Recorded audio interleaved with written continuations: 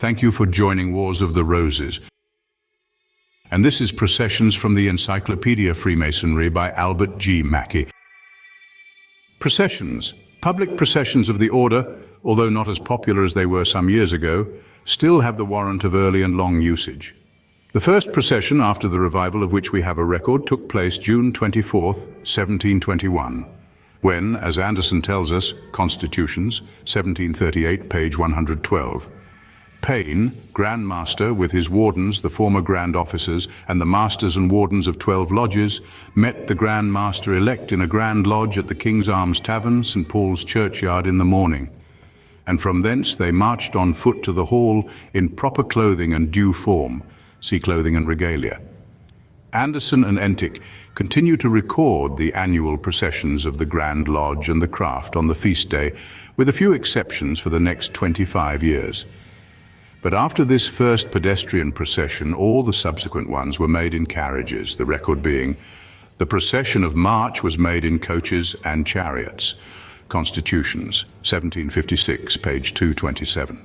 But ridicule being thrown by the enemies of the order upon these processions, by a mock one in 1741, see Scald Miserables. And in subsequent years, in 1747, the Grand Lodge unanimously resolved to discontinue them, nor have they since been renewed. Constitutions, 1756, page 248. On the subject of these mock processions, see an article by Dr. W.J. Chetwode Crawley, Transactions Quatuor Coronati Lodge, volume 28. Public processions of the craft were some years ago very common in America, nor have they yet been altogether abandoned, although now practiced with greater discretion and less frequently, being in general restricted to special occasions of importance, such as funerals, the laying of cornerstones, etc. The question has been often mooted whether public processions, with the open exhibition of its regalia and furniture, are or are not of advantage to the order. In 1747 it was thought not to be so, at least in London, but the custom was continued to a great extent in the provinces. Dr. Oliver Symbol of Glory was in favor of what he calls the good old custom, so strongly recommended and assiduously practiced by the Masonic worthies of the 18th century and imitated by many other public bodies of men, of assembling the brethren of a province annually under their own banner and marching in solemn procession to the house of God to offer up their thanksgiving in the public congregation for the blessings of the preceding year, to pray for mercies in prospect, and to hear from the pulpit a disquisition on the moral and religious purposes of the order. I confess that I should share the regrets of the venerated Oliver, were public processions of the order in this country to be discontinued. I've heard no arguments against them which outweigh the advantages to be derived from the impression made on the minds of the spectators and the wholesome influence exerted on the members of the brotherhood who thus assemble to pay honor to their order. Processions are not peculiar to the Masonic fraternity. The custom comes to us from remote antiquity.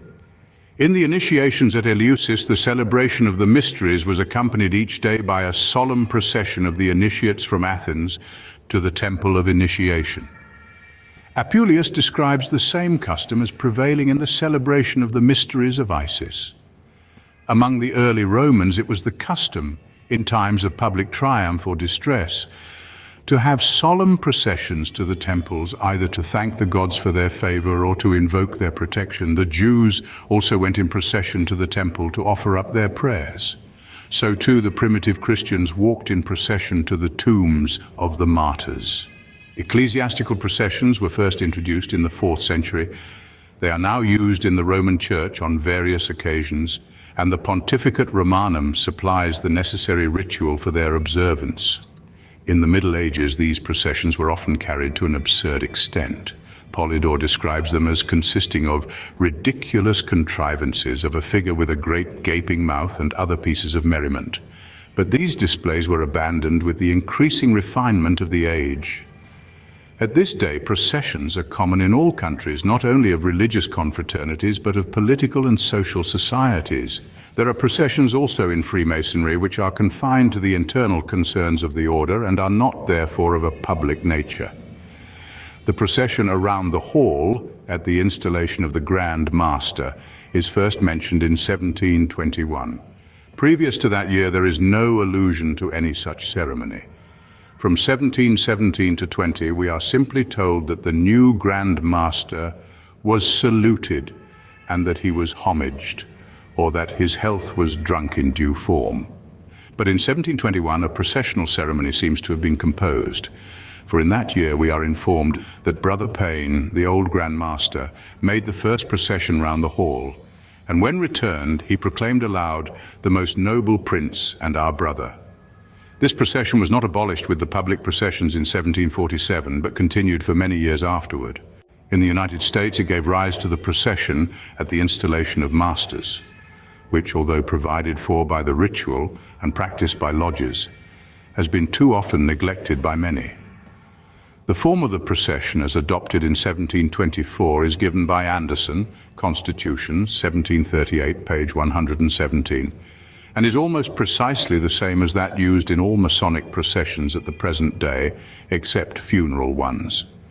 The rule was then adopted, which has ever since prevailed, that in all processions the juniors in degree and in office shall go first, so that the place of honor shall be the rear.